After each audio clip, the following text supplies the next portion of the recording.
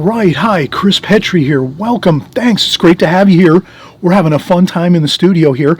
We're actually going to cover some new colors that I actually received from Winsor & Newton. Just ordered these. These are called the Revival colors, actually. They have their new line. It's called Revival. It's 8 colors.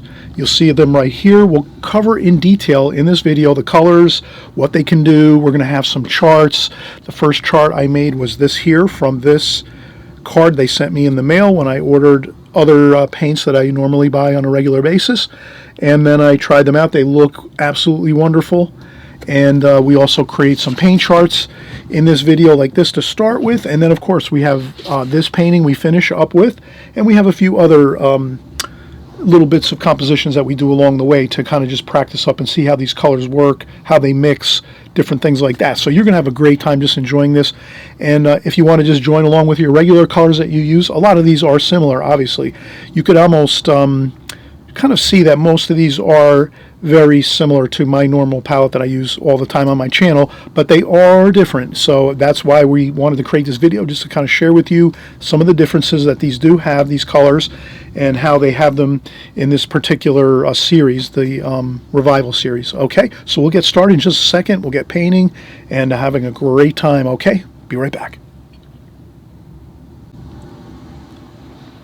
All right, so we saw some of the swatches we created with our beautiful Revival colors by Winsor & Newton.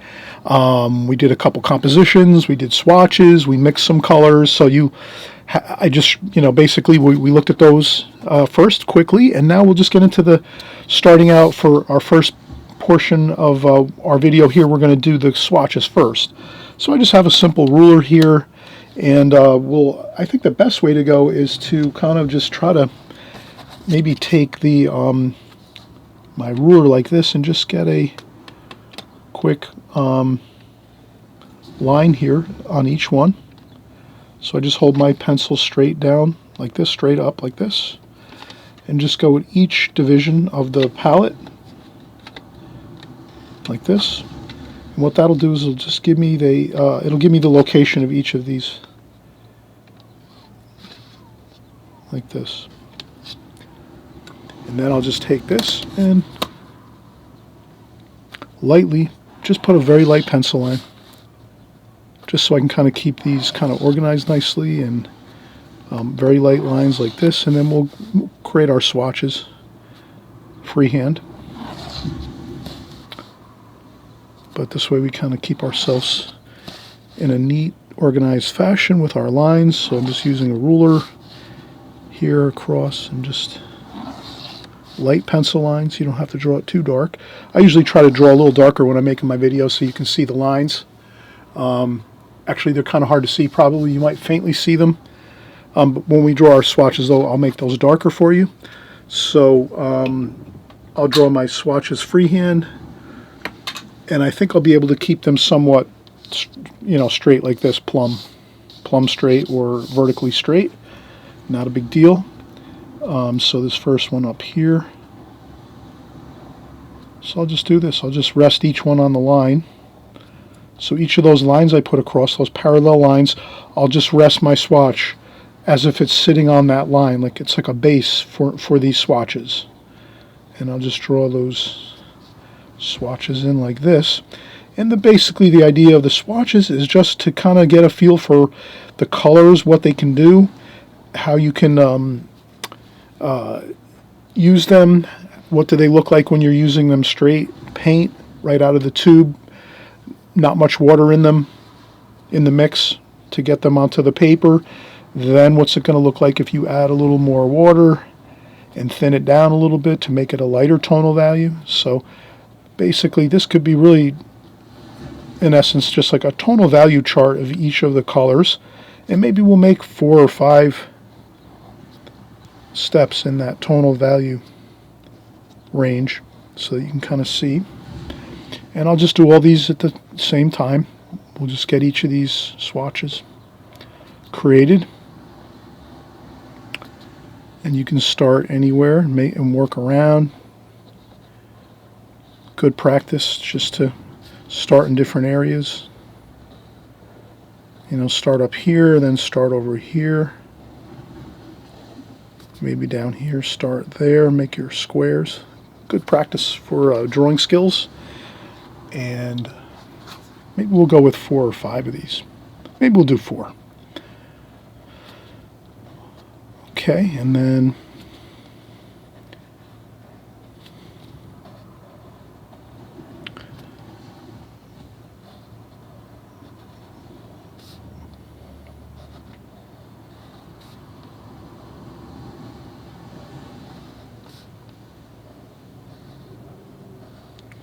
I think 4 will be fine. So I'll just have my brush here, my watercolor brush, round brush, something that fits good. So this is like kind of good. The swatch is about the same as the size as the brush. And maybe we'll just start up here. We'll start at the top. And then here we're going to just keep a track of our colors. And so I'm just going to find my chart. So I'm going to have my chart right here.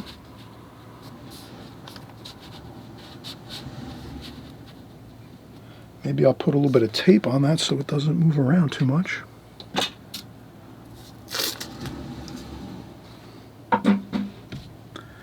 So I'll get a little bit of drafting tape. I'll just put that up here. Like that. And then the first color we're using is Otswald Gray, which is the darkest of all the grays. So we'll just see what it looks like straight out of the tube, and really just a damp brush. So really no water, just straight out of the tube. And wow, that looks good. It's really dark. It's like a, it could be much like a ivory black or Payne's gray. Extremely dark. Okay. Then what we'll do is we'll put a little bit of water in that. So I just dampened my brush. And now we'll go with a next step lighter. That will lighten up. Imagine that's straight paint. This has a little bit of water. And then I'll dip my brush again into my water container, and there we go.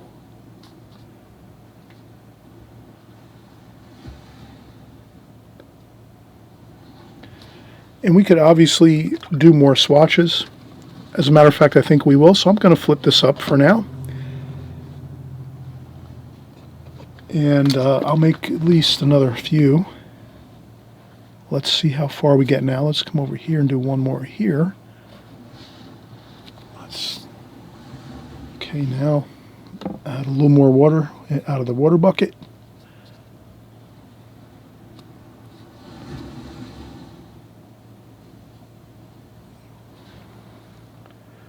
Looking good. And then one more. Lots of water though, very little paint. Like that. And then this will be white paper for the last swatch. This will be the white of the paper.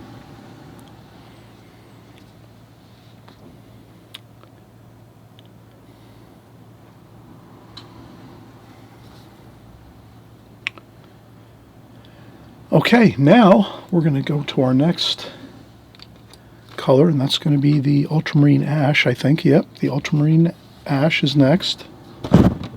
That's like a cool gray. And again, we'll take the same thing. Straight paint, no water really, just a damp brush. And let's get that right on there. And that's your straight paint right onto the paper.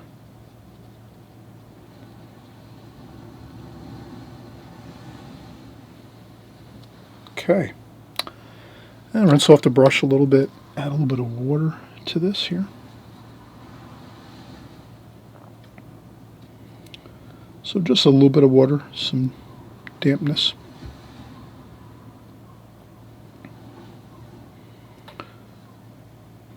Okay. And you can see it's lightening up as we go. A little more water.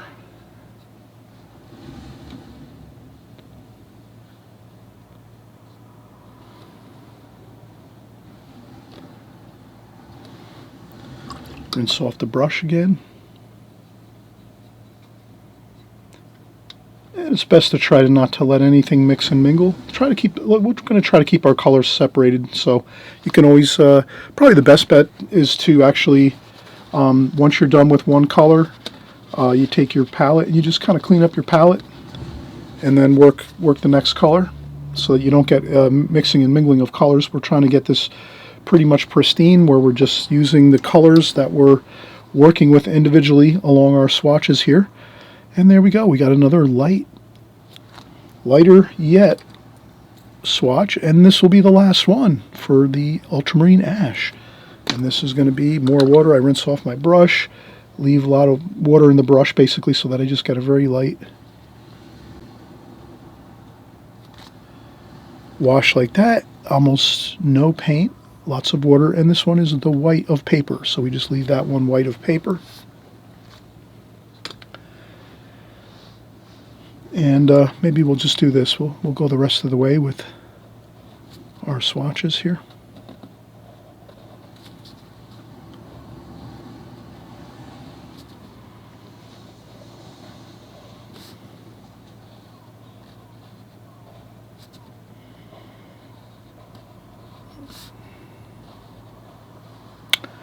And we're having a good time drawing our squares, our swatches. Good practice, right? You start all different areas across here on the bottom, up, over, up top, across, down this way, up, across, like that. Okay, and let's see. Let's move on to our next color here. So I'm going to, again, practice what I'm preaching here. I'm going to clean up my palette so that I don't have any more of that ultramarine ash on there.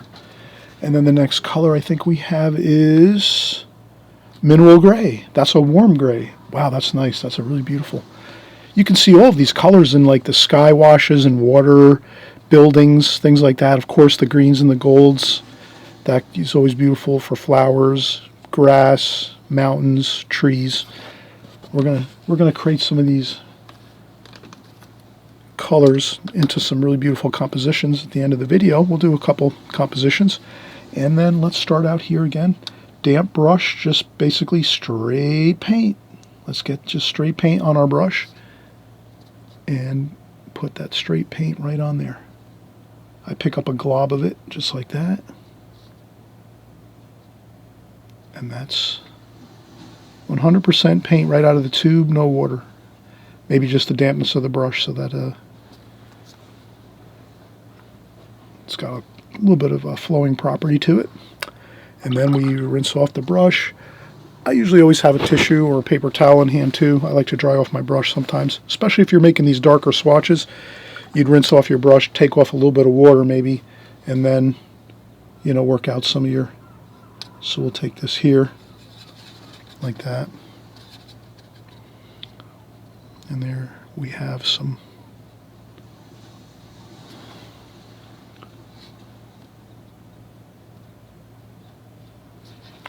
And then I rinse off my brush again, dry off a little bit of water, see if I can get some more lighter.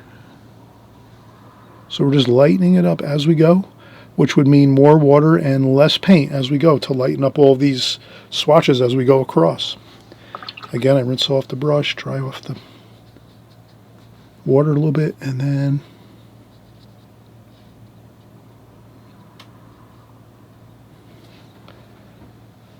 one more time rinse off the brush, dry off a little bit of water, and just take just the slightest amount of color like that. And don't be afraid to go back in and maybe do a little bit of adding a little more of some paint and water to a swatch if it looks like it's not, you know, the proper gradation as you're going down with your tonal values, so you can see how everything is going dark to light right across the line here. So we'll leave this last one again, white paper. All right, let's go right to our next one. This is Viridian Hue here. And again, we're going to go right in straight paint, no water. And let's just see how that's really dark too. You can see that's quite dark.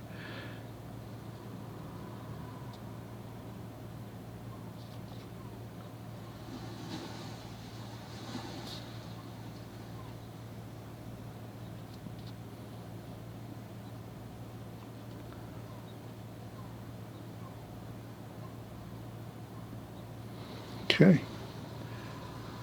And I'll get a big glob of it like that. I want to get it even darker. So that is straight paint.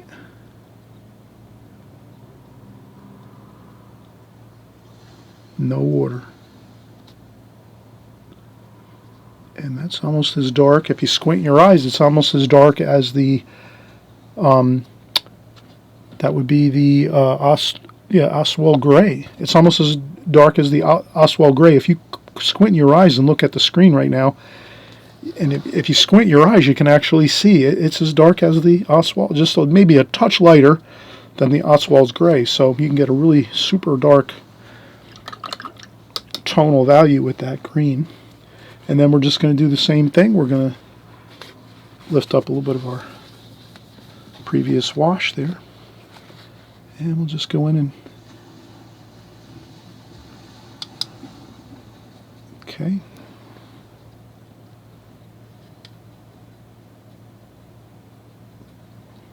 Okay, now that's going to be dark, but not as quite as dark as the straight paint.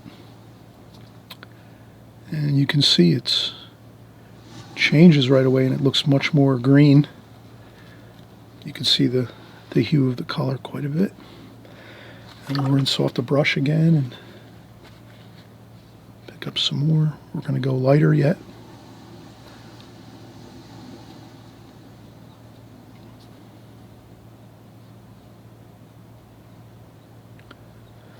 All right, looks good.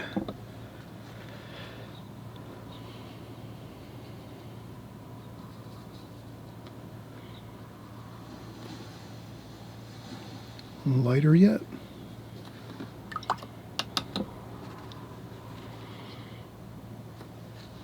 Sometimes you can lift up a little bit of paint. You just rinse off your brush, dry off a little bit of the water, and then you can go in and just lift up a little bit of paint to get it a little bit lighter. And then here, quite light. And that's almost...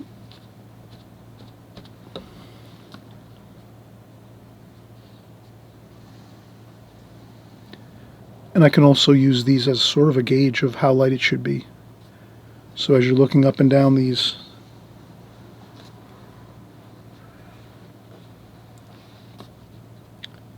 that can be a good way to kind of gauge your light and darkness of your colors, to try to keep it somewhat of the same tonal value as you are in the columns here. Some of them obviously can't be done, like if you use, like we used that was the ultramarine ash.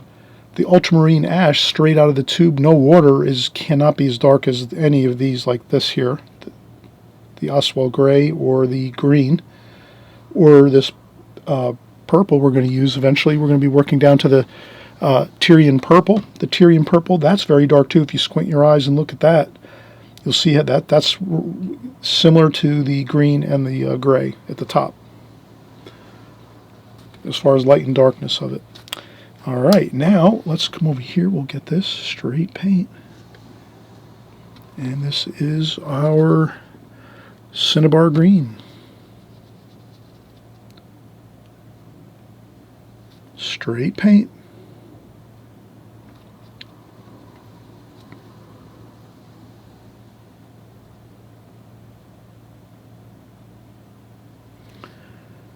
That's a beautiful green.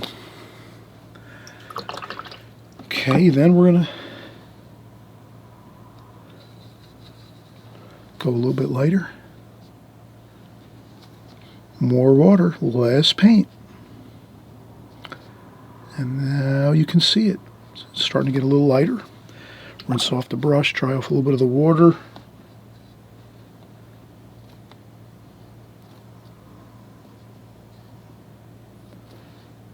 Rinse off the brush, dry off a little bit of water. Maybe we could lift up a little bit of paint off this one. Make it a little bit lighter. And don't forget, these as they dry, they get lighter. So when you put it onto your paper, always remember it's going to get lighter when it dries. So just a thought. And if we're lucky, we're going to match up to what we have above here.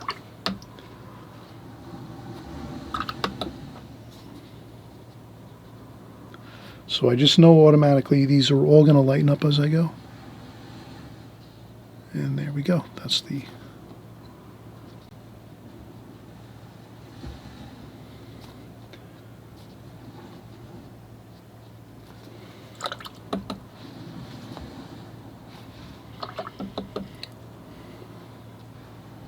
Okay, looks good. Okay, now we're going to be moving on to the Tyrian purple, is it? Yep. I'll lift up our green that we have here just to keep the palette so we don't mix the colors too much. Okay, Tyrian purple, straight paint. No water really. And you can see how dark that is. Wow. That's just probably, you know, if you squint your eyes again, it's just as dark as the green and the gray up top.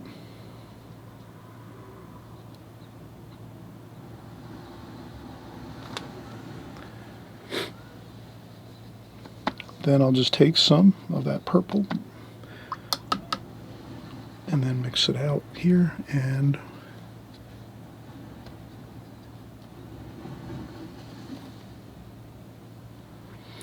just a little bit less paint and a little more water, and that gets us to the next tonal value.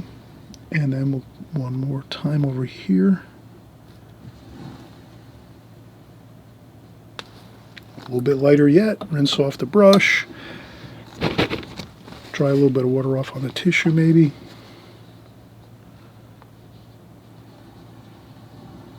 Look at that, wow, isn't that nice? You're seeing that, you know, you can think of this as like, you could be putting these washes for flowers, for mountains, for greenery, trees, bushes, and you're just seeing how you can go from very, very light to very, very dark in your tonal value ranges with these colors, and you can get a lot of range from these colors. And we'll do that. I'll darken that one up just a little more like that. And that's white paper. And you can lighten up this one too. Okay, and then we're going to do yellow next, and this would be the Aurelian hue. Straight paint, no water basically. Straight paint right out of the tube, like that. Rinse off the brush, dry off a little bit of the water, pick up some paint, put it into our palette, and we come up with the next tonal value, a little bit lighter. And then, same thing. A little bit lighter yet. And if you just notice, yellow is kind of a light, very light, tonal value-wise, yellow is very light. So if you squint your eyes and look at the yellow, you can tell it never will get anywhere near the dark quality that you would have with the purple or the greens or the gray, the Otswell gray. So that's just something to notice, that, you know, if you're creating a painting, you wouldn't go for a yellow if you needed to make a dark in your painting. And then we leave a white space here. This is for our white of paper. And then last color is our orange, and let's see what we have here. Yeah, this is Fields Orange, so we're going to go again, straight paint right out of the tube, no water. I'm just using my damp brush, and that's it. And then you can see that is somewhat light. If you squint your eyes and look at that, you can notice it's not as dark as the purple or the green or the Otswell gray, but it is maybe midway between the yellow and the purple and the black, or the Otswell gray. All right, so let's just keep working along here. Orange, lighten it up, a little bit more water, not as much paint. There we go. Then I rinse off my brush, dry off a little bit of the water. I still have a damp brush, and then I can get a little bit of a lighter tonal value there, as you can see. And one more like that, and one last like that. Barely any paint, mostly water. You can go back in and infuse a little bit of orange in there to sort of get that to read true as we're going across. And then you could add more here too as well. Pick up a little more color maybe. This might need a little bit more there. Yeah, that's about good. All right, so we got our tonal values done, and this is really fun because you really can see how you have a lot of versatility with these colors. They look beautiful at all of the different ranges of the darks and lights of each of the colors. And then we're going to have a fun time next. We'll take a quick break, and then we're going to get into mixing some of these colors together. Just taking a few colors and just like, we'll make just, we'll make a few like color swatches or just mix some colors out on some paper as if we're, let's say, painting some trees or maybe some mountains or maybe a little bit of some stone walls or maybe a wall of a castle or something like that. So we'll have fun doing a little bit of mixing of colors just to kind of get ourselves like warmed up and into the mood. And then what we'll do is after that we're going to create again just a couple of quick compositions with these colors and see how wonderful they are and how they're going to look on our watercolor paper. Okay, all right, so I'll just take a quick break. I hope you don't mind, and I'll be right back. All right, so now we're going to mix some colors. I'll take this swatch here. I'll put this across from me up there, and I'll remove this here.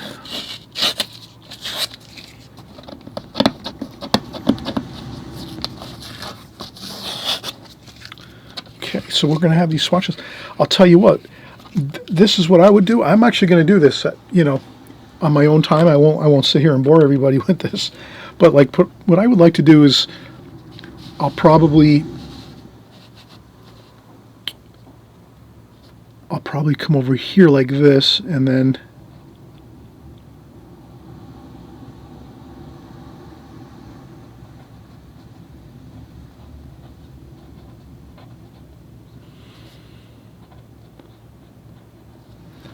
I'll just do this. So I'll label each of these, a little bit later. I'll do a few more here.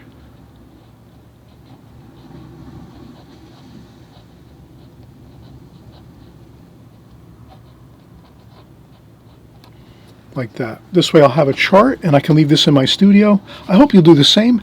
You can label your colors once you're done with your swatches, and then you can always have this for your reference, so that if you're going to be doing any paintings where you're going to use your Revival watercolors, you can just set this up in somewhere across from you, lay it on the table, maybe pin it up or tape it up to a wall or nearby, so that when you're creating a painting you'll have this to just reference to kind of see the different tonal value ranges you're going to have with your colors. So I'll put this up across from me.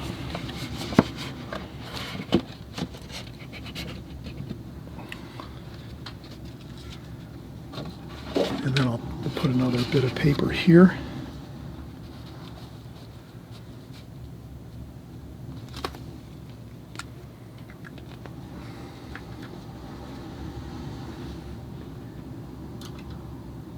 And it's good to have those reference swatches that we did, so that if you do mix some colors like we're going to do here now, you can have that chart and you can put it nearby.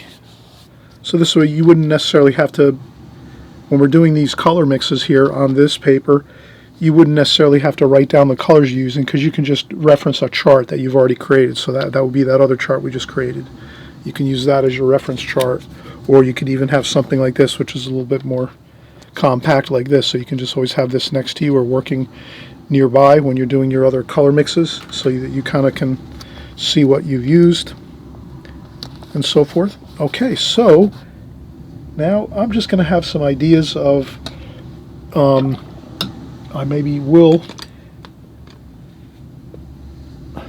think what I'll do first is I'm going to empty my water and put some fresh clean water in my water container. Just a good habit to do every once in a while as you're painting, when the water gets a little murky and muddy looking. Okay, so we have that. And then I'm just going to right away start down here. I'll just do my normal course of good habits here. I'm just going to clean this up a little bit. My palette. Okay, and then we can just kind of see get some orange here, some gold. Rinse off the brush, dry off a little bit of water, pick up some yellow, straight yellow.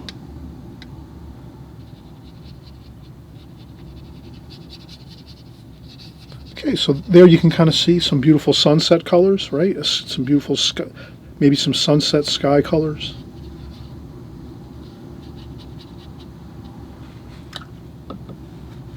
Maybe a little bit of purple up top here with some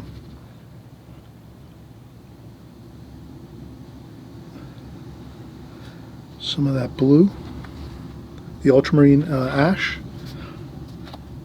So I'll pick up some more of that ultramarine ash maybe and mix that with the purple, so that could be sort of the top of a sky wash, maybe purple and ultramarine ash for some of that darker sky up top here, and then as it comes down maybe we're looking at a sunset sky.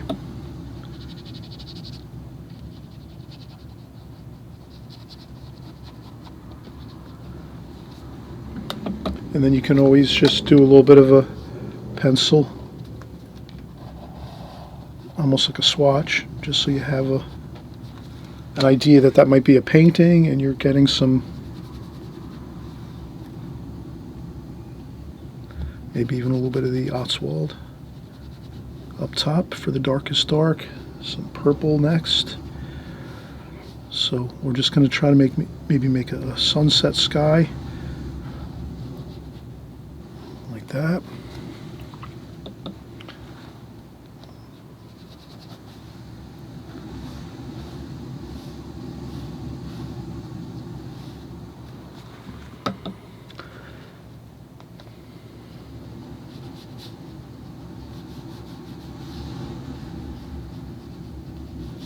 Okay.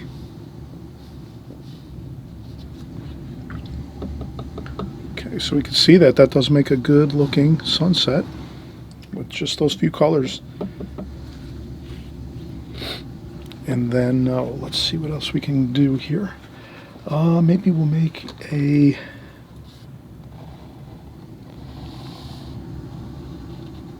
maybe a sky in a field. So we'll use some, I'll rinse off here, we'll do some green. So we'll use both of our greens here, Cinnabar green and Viridian hue. Maybe a little bit of the Oswald gray to get a darker green there. So we have some light, lively greens. Rinse off the brush. Maybe I'll take even some yellow for some really like vibrant green, fresh green. So now you can see we're just using the palette here as like a mixing area to mix out some colors and work out some ideas with our colors, and I think that looks good. So let's try to use this for our, let's say,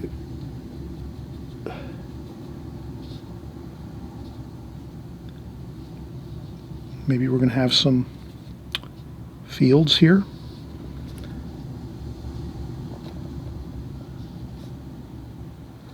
And we don't have to fill in everything. You can leave some white paper like that, some broken edges there, some dry brushy kind of stuff like that. And then a little bit more lively greens in a few spots like that.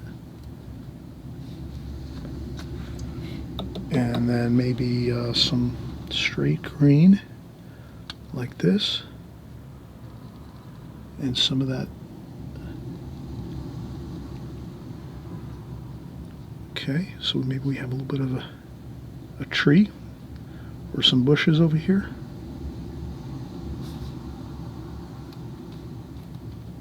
A little bit of finger tapping.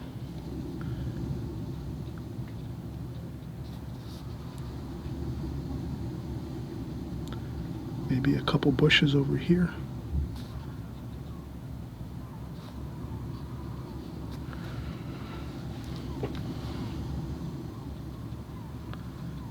Okay, so we're just having some fun with some colors, right?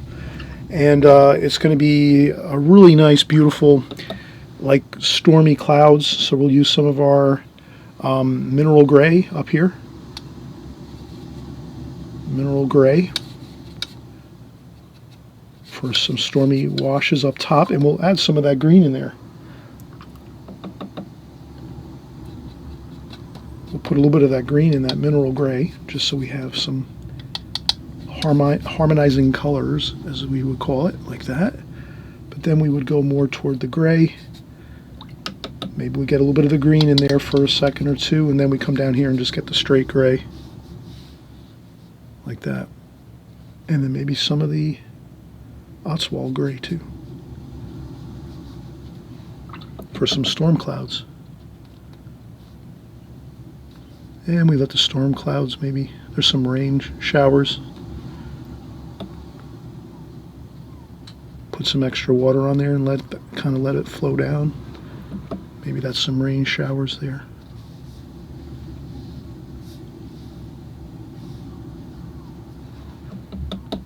Like that. And maybe a touch of orange.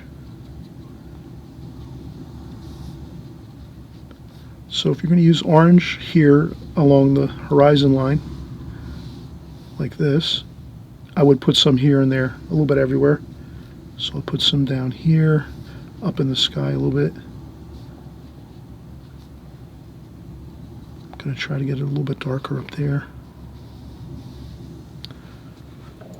for some stormy looking skies. Maybe some more of that grayish, like that. And you're just kind of getting a nice sensation of a cloudy, rainy kind of atmosphere here in this scene.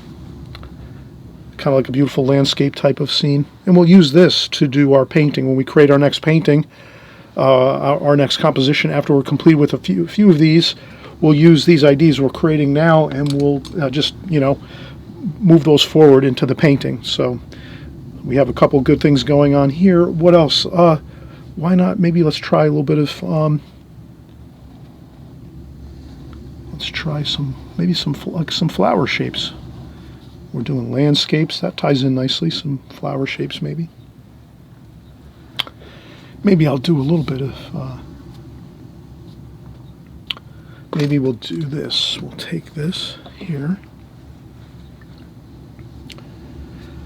Next thing would be, let's avoid the temptation of leaving our palette full of all these colors. I think it's going to trip us up if we start to paint more now going forward without just getting this color up, so that we can start with new colors. And let's do this. Let's do some loose flowers maybe. So we'll maybe have some sky wash. So I'll take some of that ultramarine ash to do some bit of sky up here. Some clouds. Like that. Very simple. Just some quick indications of some clouds. Maybe a little bit of some grayish. In a few spots, some gray shadowing under the clouds, like that.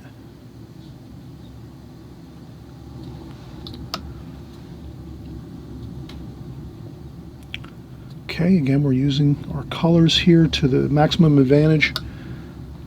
The beauty of them mixing together, mingling. Okay, now maybe we're just going to have a field and some flowers here. So we'll make some yellow and green.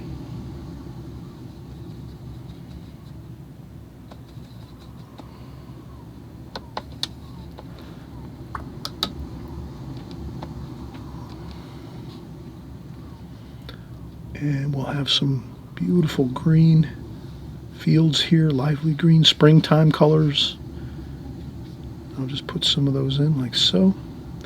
And then what we'll do is we'll take a quick break, because we're going to let this dry actually before we do our flowers. So I think what we want to do is, and I'll just lift up a little bit of the paint in the distant field since it gets a little bit lighter as it goes into the distance, and it's more vibrant along the foreground. But let's do this. Let this dry, and we're handling this as we would for we're handling this as a using the technique of the glazing technique, where you put on a light wash first, let it dry 100%, and then come back over and do your subsequent washes on top of that. So that's the important thing here is this one here we did alla prima. We painted this all at one time. This here we're going to treat this as an as a glazing technique for this composition we're doing right here, this quick example. And I do cover this in my book, so please, if you ever want to have a great resource manual, a beautiful book for your watercolor training and learning, it's right in the description box below on my book, Methods and Techniques. You could just, there's a link there, 2-minute video, and it shows you every single page of my book. I have over 65 of my best paintings that I've ever created in my book, and all the descriptions of how I created each one, how I've used the glazing technique as well as the alla prima techniques for all of my paintings. I use them both quite a bit, so I cover them in detail in my book so that you really get the handle on how to create a watercolor painting and really have it locked in your mind as far as how it really works, the nuts and bolts of creating a watercolor painting. So if anything, my book, when you have gone through it and painted and used it for 6 months or so and have gone through the exercises and the compositions that we do in the book and all of the stuff in the beginning of the book, all the fundamentals of watercolor, I cover it all in my book. I hope you'll get my book, and really it'll answer a lot of questions for you if you have any struggles with watercolor, or if you're trying to get started. And if it's your first time here, I'm so glad you're here joining along. We're going to have lots more videos like this where we're having fun, trying out some new paints every once in a while. And of course, we're doing all of our constant videos on landscape paintings, seascape paintings, boat paintings, flowers. We cover everything in watercolor here on my channel, so I'm excited, and I hope you'll subscribe too. Down below there's a subscribe button. If you subscribe, that just means that you're going to be alerted when we create new videos, and that's every week we're creating new videos, so you'll never be at a loss for having new material to work with. Okay, so let's take a quick break, let this dry. It's still a little bit damp, so I'll let this dry another 5-10 minutes, and we'll come back and we'll finish up this beautiful field here with some flowers. We're going to put some flowers in the foreground here, and then we'll be on to creating a few quick paintings, compositions, using our new colors here. Just trying out some new colors. I'm not changing my palette, my everyday palette. My palette that I use on a continual basis never changes. I always use that same palette of colors, but I will sometimes try some new colors and see how they work out. And I can already see that there's some really beautiful mixtures we're getting right now, and it's really working out fantastic. So I'm hoping you're excited about this. Maybe you're going to want to try a few of these new colors. Maybe if it's just 1 or 2 colors or whatever, or maybe you're going to try the whole set of 8 colors. In any case, we're having fun. We're enjoying ourselves here painting in watercolor, and I'm going to be right back, and we'll finish up this composition right here, and then we're on to 2 more. All right, so we were just talking about the glazing technique, letting this dry 100%, and that is good. And what I'll do is I'll empty my water another time here, and we'll get some fresh clean water in the water container. And then what I'll do is I'm going to get some of these beautiful oranges and yellow.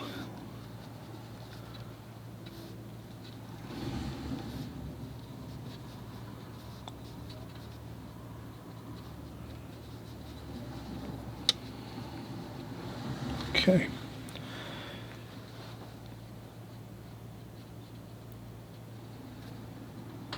Okay, so I got some orange and yellow here. Maybe some purple as well. So we'll make our flowers orange, yellow, and purple. And we'll just put them right into the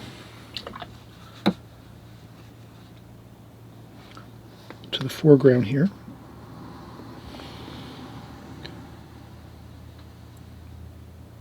So I'm just going to pretend this is a field,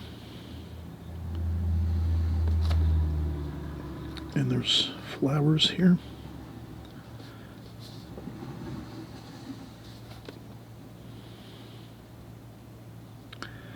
And then maybe at the bottom they're a little larger, some of the bits of flowers and things. Like that. Some gold, some yellow.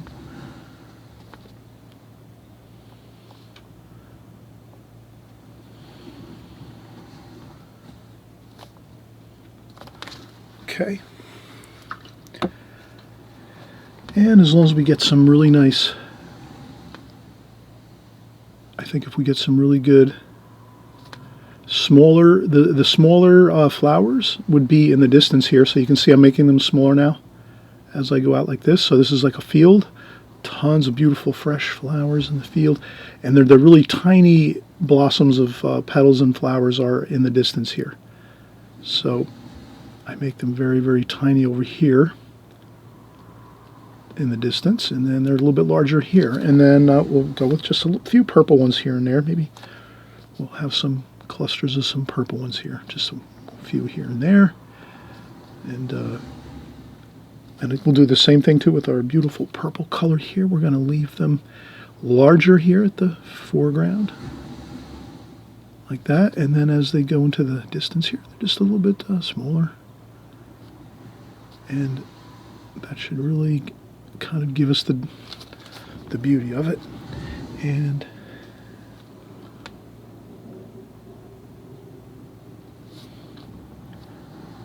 then we can also mix a little bit of some gray here, like that, with maybe a little bit of green. And then maybe in the foreground we can have some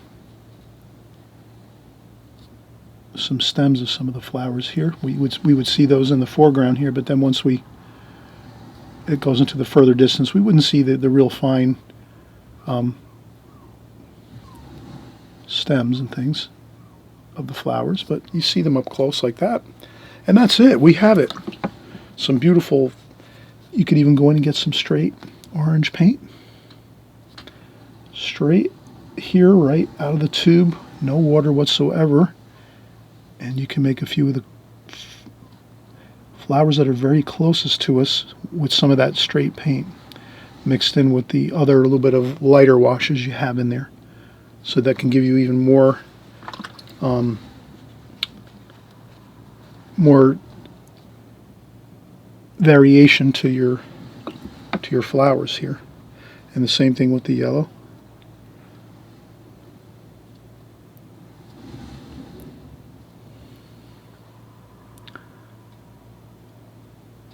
And that's it. I think that's good. Perfect. All right, so now what we're going to do is I'm probably going to trim this paper down a little bit, possibly, and then we'll have more paper here to do a few compositions, and we'll utilize what we have here in that those few compositions. So let's get started with that. We'll just take this paper here and lift it up.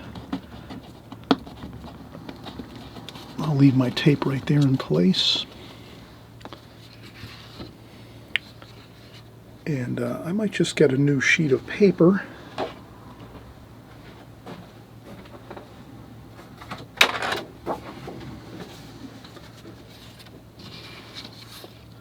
This is my Fabriano Studio watercolor paper. Excellent paper. 50 sheets for a block. A pad of 50 sheets, so if I did one painting every week, it lasts me a whole year.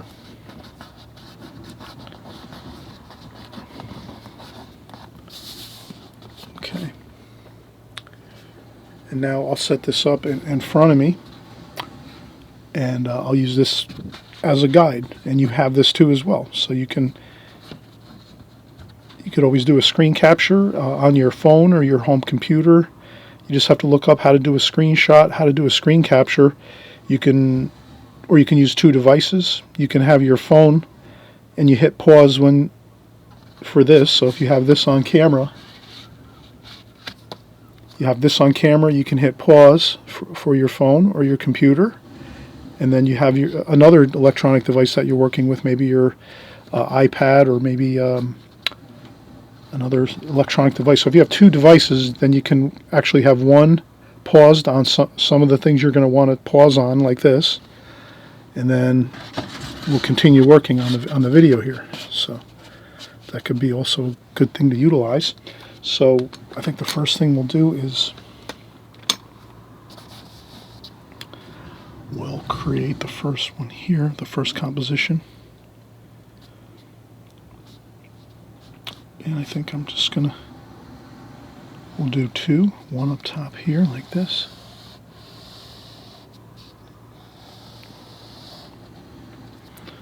Like that. Okay, and this is gonna be, we're gonna use this idea of the grass fields and the gray clouds, kind of like a rainy day, some mist, some clouds, some rain, and some really beautiful greens and grays and some orange in there to give us a nice, like, that beautiful, like, European, you know, rainy, like over in England where it's kind of rainy out and stuff like that. So that's really a cool idea. Let's do that. So we'll use that same to make a larger composition with that same idea in mind, and we'll just maybe add in like a castle or something, or a building. So first thing I'll do is just notice that we were about 1/3 up on the paper for our distant fields where they meet the sky, and then we had some trees over here, and then we had another bush over here. And then maybe in the distance here we'll have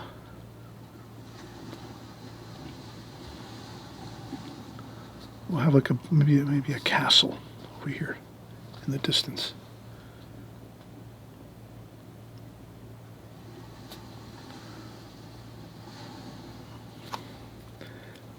And for the castle, I'm just making like a large rectangle and then a couple of squares on either end like that. And maybe over here we'll have a spire over here like that. So a triangle on each end like this.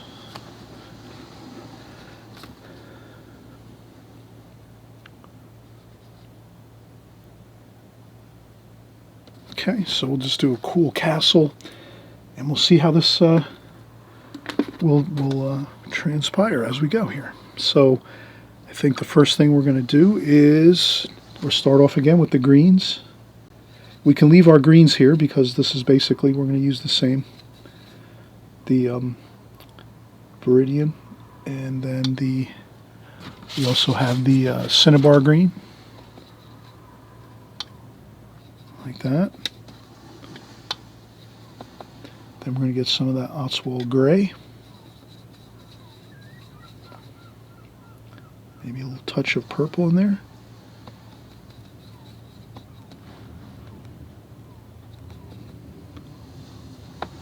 Nice dark green here.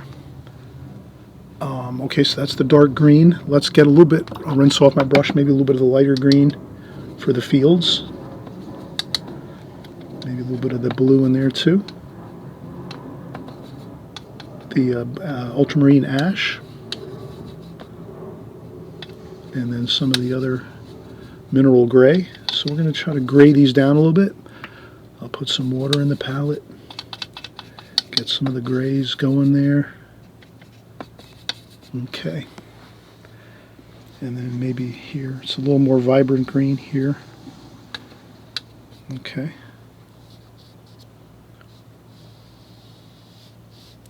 And again, we leave some of those broken edges, the dry brush kind of feel to it.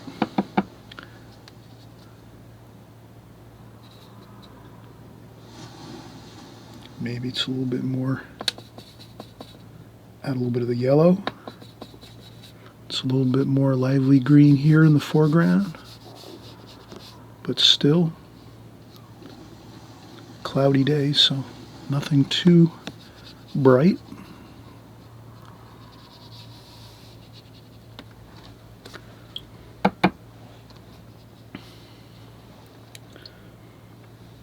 A little bit of the orange. And we said we put in a little bit of orange because we're going to put that in the bottom of the sky. So we want to see a little bit of that orange in the painting down here. Okay. And we're going to go for, we're painting this alla prima all at one time. Then we're going to come up here with our grays, grayish skies.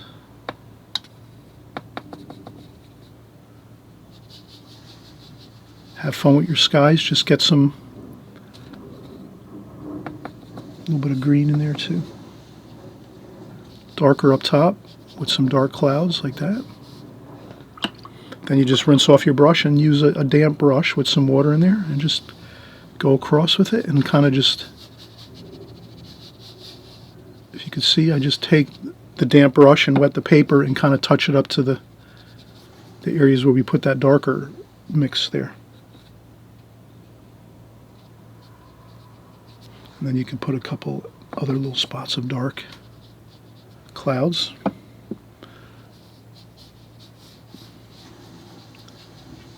Okay, like that, right across.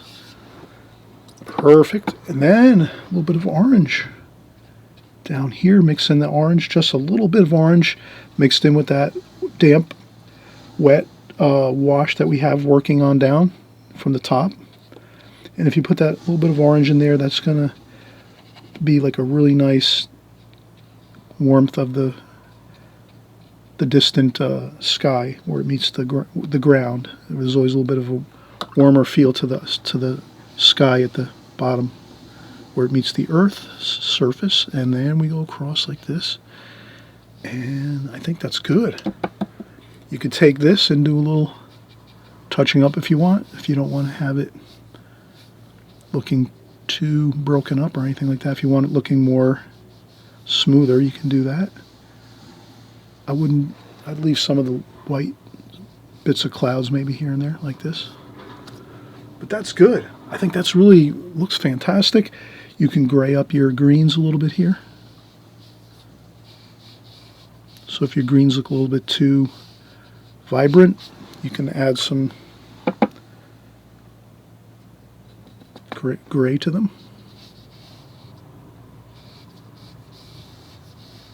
Like that. A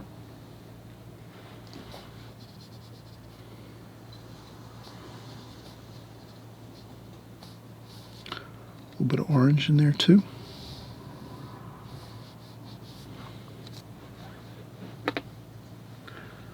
Alright, so now what we'll do is we'll let this dry for a few minutes. This again is the glazing technique. We're kind of doing that first wash, the whole entire rectangle, the whole entire painting here. We did all of the light wash first, and then what we'll do is once this dries 100%, we'll come back in and we'll paint in the castle and some of those dark trees and bushes in the foreground. Then we have a perfectly completed composition. Alright, so we'll be right back in just a minute. We got to let this dry. You could use a blow dryer at this point if you want, or you could let it dry naturally for like an hour maybe. So it's up to you, but you just got to make sure before you go in and start painting on this that it's really like 100% dry, because if you start adding more washes onto a damp paper like this right here, it's just going to, the paint's going to take off and flow all over the place, and next thing you know, you've kind of like have an out of control painting, which probably you have to just, you could sometimes take a paper towel quick and blot some things up if you have to. So if things get out of control, if it happens to you, no worries. You just quick pick up a tissue or paper towel and lift up if you see a paint flying out on the paper. Like if you add it too quickly to a damp paper or a wet paper, your washes, you just have to remember you have to just pick up a tissue quick or a paper towel and blot it really like quickly and lightly. And then that can save it, and then you can let it again dry 100% and then come back in and do your washes.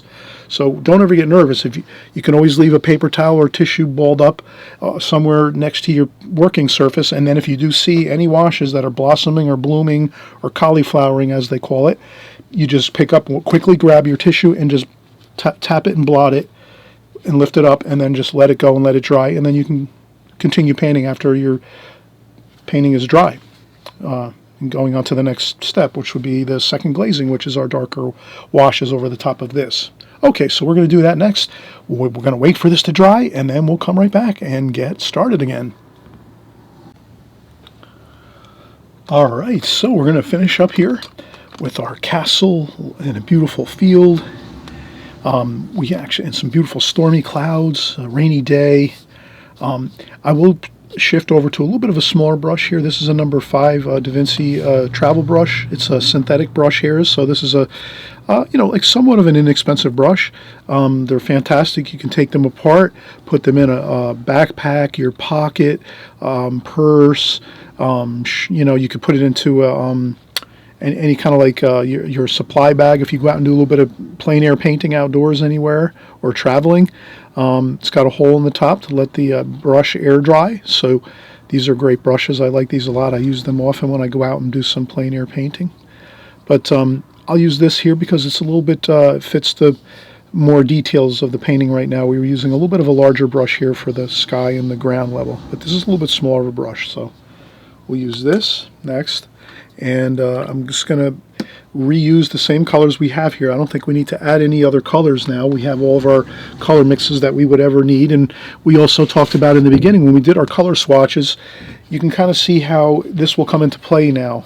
As we're doing the preliminary glazings, the first glazings of this painting, we use mostly lighter washes, as you can see. So those were falling in the range, of around here.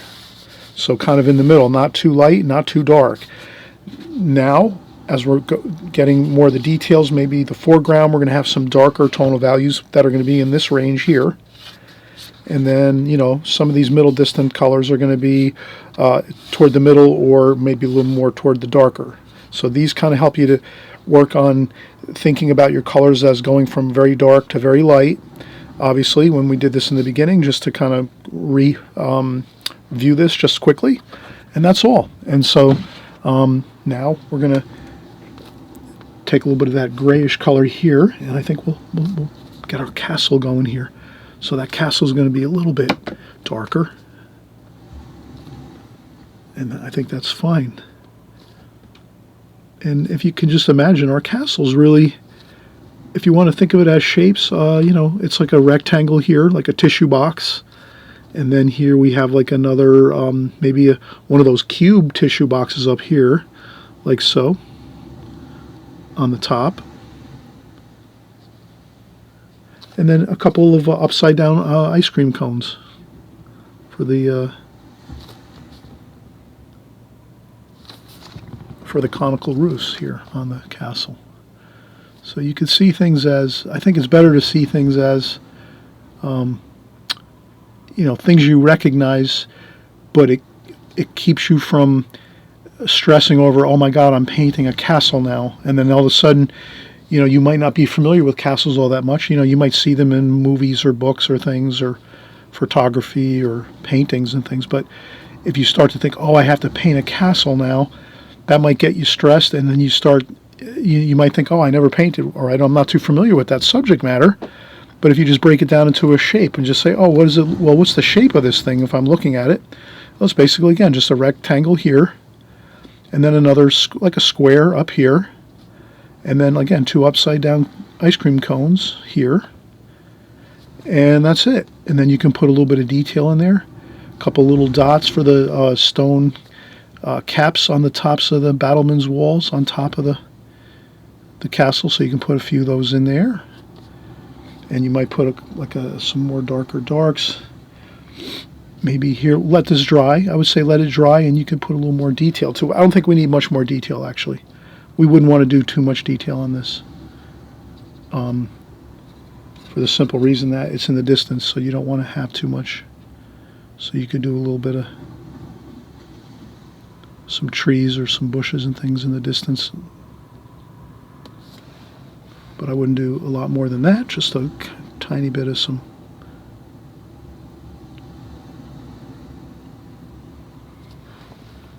So you could put some tree lines in the distance like this.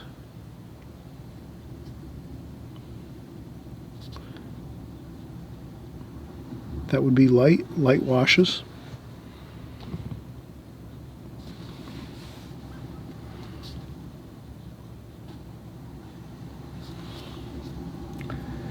And then from there, we talked about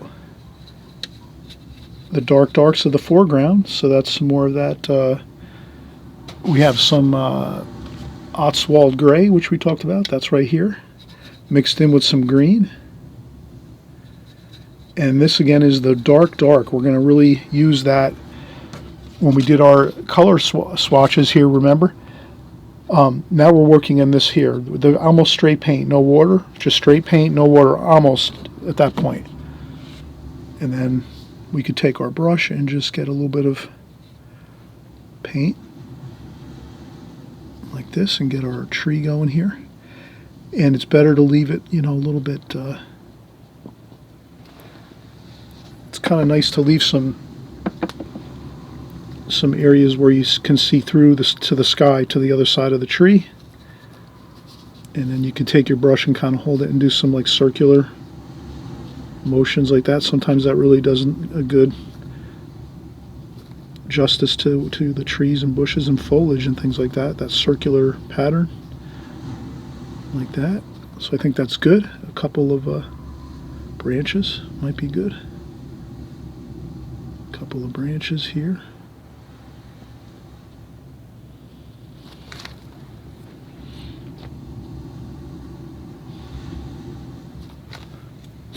And then a few more, same thing over here. And you can see it's kind of a dark green, like a, you know, I use that Oswald gray and then some of the green, both of the greens here. And then you can do the same thing. You kind of just do some swirling to get a little bit of water. So I get a little bit of water from my water container just to have some additional water in here. And then if you have too much paint on your brush, sometimes you can always dry off a little bit of the paint off the brush and then continue on, and this way you have a little more, and you can do some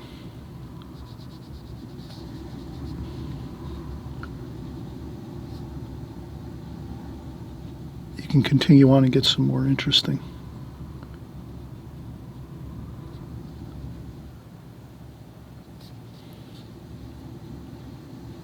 You can just do a couple branches.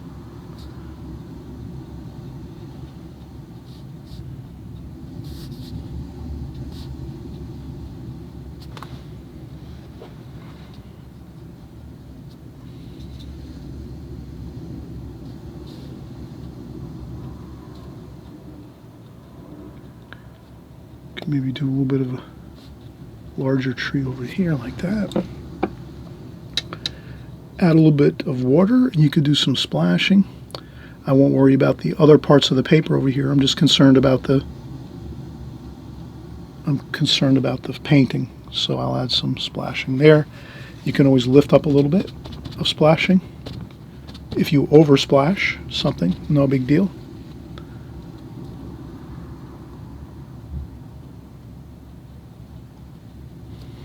Like that. And then you can see how you can get a really beautiful effect of using these wonderful Revival colors to make a gorgeous cloudy, rainy day scene like this here with a castle. You could take a little bit of color maybe and do a little bit of details to the castle, maybe a couple of like some windows.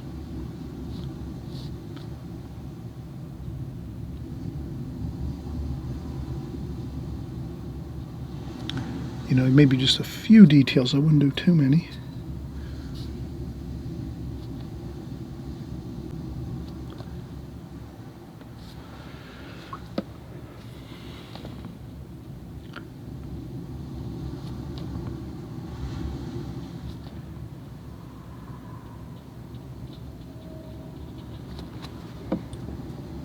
And I just rinse off the brush, dry it off on a paper towel or tissue, and just